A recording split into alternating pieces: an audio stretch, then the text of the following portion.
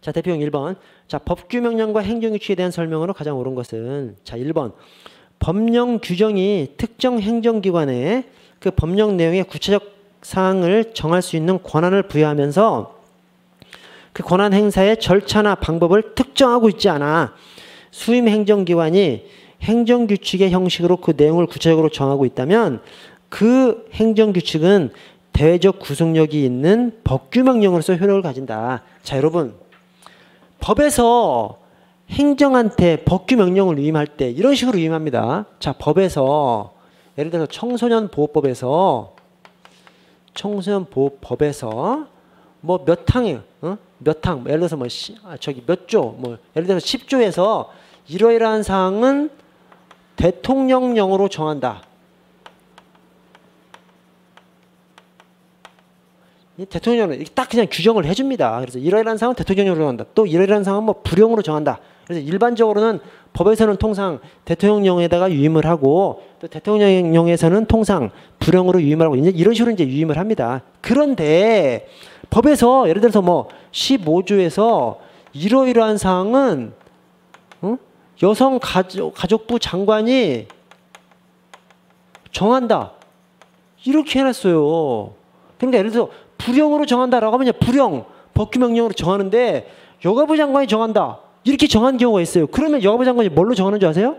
훈령이나 고시로 정하는 겁니다. 훈령이라고. 청소년보호법 보면 여가부 장관이 고시 정하는 거 많이 있잖아요. 다 이제 그런 것들입니다. 그래서 이때 정하는 훈령이나 고시는 일반적인 행정규칙이랑은 달라요. 왜냐?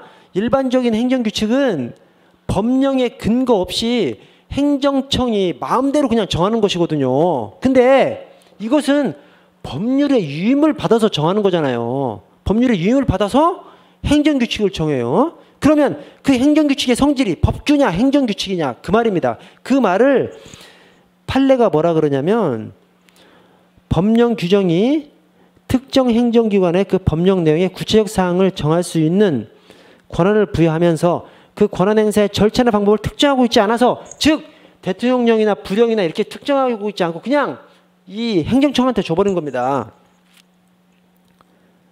그래서 수임 행정기관이 저 여가부 장관이 행정규칙의 형식으로 그 내용을 구체적으로 정하고 있다면 그 행정규칙은 대적 구속력이 있는 법규명령으로서의 효력을 가진다.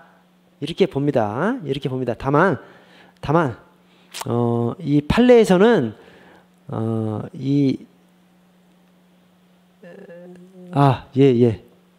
맞습니다.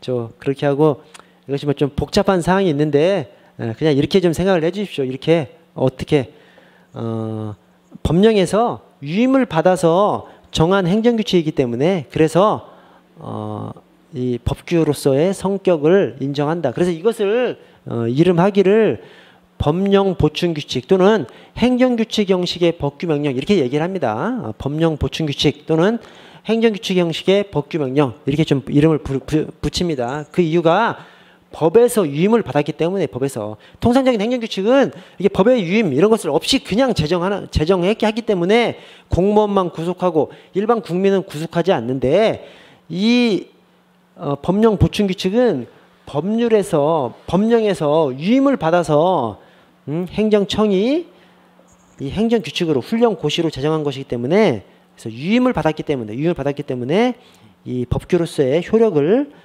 인정합니다.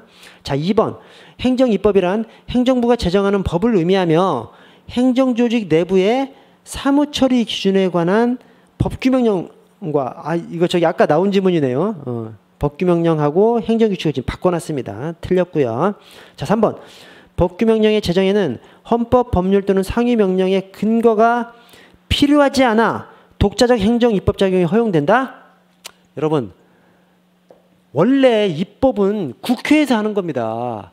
그래서 이 입법은 국회에서 원래 해야 되는데 행정부한테도 법규명령을 제정할 권한을 준 거예요. 그러나 그 법규명령은 왜 법규를 가지느냐? 기본적으로 법률로부터 시원적인 그 힘을 받습니다. 그래서 그것이 뭐냐? 유임입니다. 유임. 그래서 기본적으로 법규명령은 법률로부터 유임을 받아서 제정하는 것이 원칙입니다. 그래서 거기 독자적 행정입법 작용이 근거가 필요하지 않나 독자적인 행정입법 작용이 허용되는 것이 아니라 근거를 원칙적으로 두는 것이 원칙입니다. 근거, 유임 규정을 두는 것이 원칙입니다. 그래서 법규로서의 효력을 인정하는 겁니다.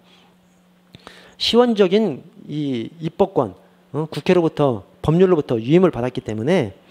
자, 4번 법규명령은 특별한 규정이 없는 한 공포일로부터 30일이 경과해야 효력이 발생해. 20일이죠, 20일.